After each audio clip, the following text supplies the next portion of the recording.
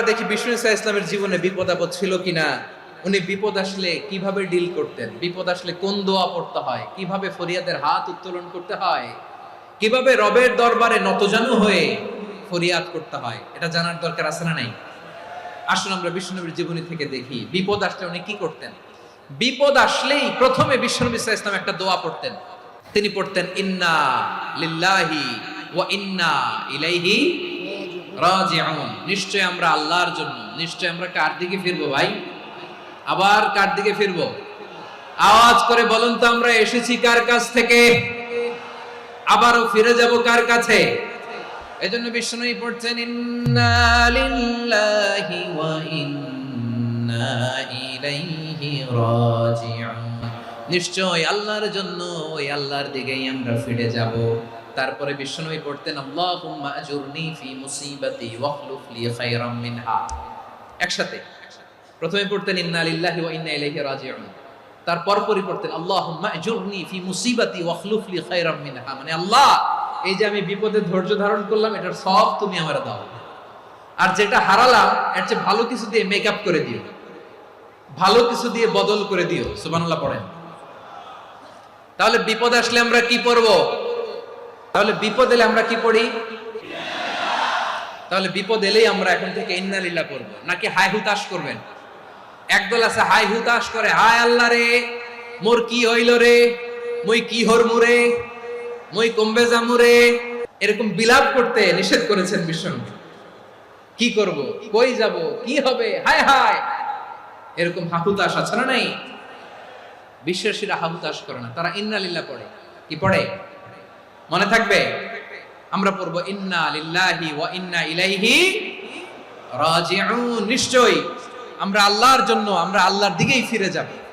এরপর পড়ব আল্লাহুম্মা আজুরনি ফি মুসিবাতি ওয়াখলুফ লি খায়রাম মিনহা।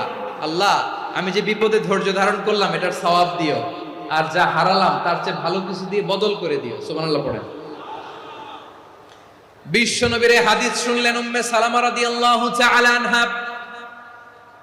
ওনার স্বামী হলো আবু সালামা। মজার ঘটনা খেয়াল করে শুনেন।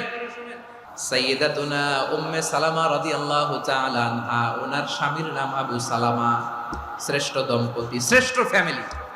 প্রথমে হিজরত করেছিলেন হাবাসায়, পরে হিজরত করেছেন মদিনায়। উহুদ যুদ্ধের পরে ওনার স্বামী আবু সালামা ইন্তেকাল করলো, শহীদ হলো। সুবহানাল্লাহ পড়েন। যখন আবু সালামা ইন্তেকাল করলো, উম্মে সালামা রাদিয়াল্লাহু তাআলা আনহা কেঁদে কেঁদে হায়রান। আর নবীর শিখানো বাণী অনুযায়ী তিনি বারবার পড়ছিলেন ইন্না লিল্লাহ। কি পড়ছিলেন? ইন্না লিল্লাহ। যেহেতু বিশ্বনবী বলেছেন কেউ যদি বিপদের প্রথম ধাক্কায় পড়ে ইন্না লিল্লাহি ওয়া ইন্না ইলাইহি রাজিউন, আল্লাহুম্মা আজুরনি ফি মুসিবাতি ওয়াখলুফ লি খায়রাম মিনহা, তাহলে এই বিপদে যে সে যা হারালো তার চেয়ে শ্রেষ্ঠ কিছু দিয়ে আল্লাহ তার বদল দিয়ে দিবে। এই হাদিস শুনে উম্মে সালামা রাদিয়াল্লাহু তাআলা আনহা ওনার প্রাণ প্রিয় স্বামী আবু সালামার ইন্তেকালের পরে চোখের পানি ছাড়ে আর পড়ে ইন্না লিল্লাহি ওয়া ইন্না ইলাইহি রাজিউন, আল্লাহুম্মা আজুরনি ফি মুসিবাতি ওয়াখলুফ লি খায়রাম মিনহা। বারবার এই দোয়া পড়ে চোখের পানি ছাড়ে, এই দোয়া পড়ে চোখের পানি ছাড়ে, আর মনে মনে বলে আবু সালামার মতো ভালো মানুষ মদিনাতে নাই, আবু সালামার চেয়েও ভালো মানুষ মদিনাতে নাই, তার চেয়ে ভালো মানুষ কি করে আল্লাহ তাআলা আমারে দিবে, তার চেয়ে ভালো মানুষ তো আমি মদিনাতে দেখি না। চোখের পানি দিয়ে বুক ভাসায় আর নবীর হাদিসের উপর আমল করে পড়ে ইন্না লিল্লাহি ওয়া ইন্না ইলাইহি রাজিউন, ইন্না লিল্লাহি ওয়া ইন্না ইলাইহি রাজিউন। পড়তে পড়তে চোখের পানি ছাড়ে আর চিন্তা করে বিশ্বনবী বললেন এই দোয়া পড়লে যেটা হারালাম তার চেয়ে ভালো কিছু দিয়ে আল্লাহ পুরস্কার দেয়। আবু সালামের চেয়ে ভালো মানুষ মদিনার মধ্যে আর কে হতে পারে? কি আজীব তামাশা, কি অবাক করা ঘটনা। কিছুদিন পরে দেখা গেল সাইয়্যিদুল মুরসালিন রাহমাতাল লিল আলামিন স্বয়ং বিশ্ব নবী উম্মে সালামাকে বিয়ের প্রস্তাব পাঠিয়েছে।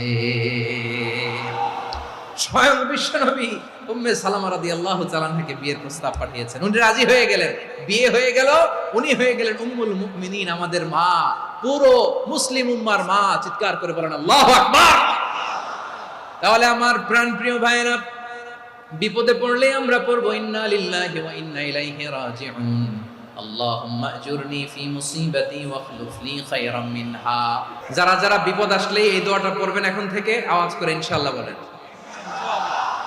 যা হারাইছেন তার চেয়ে শ্রেষ্ঠ জিনিস দিয়ে বদলা দিবে কে? তাহলে বিপদে পড়লেই প্রথমে আমরা এটা পড়ব, শুনে শুনে মুখস্থ করবেন।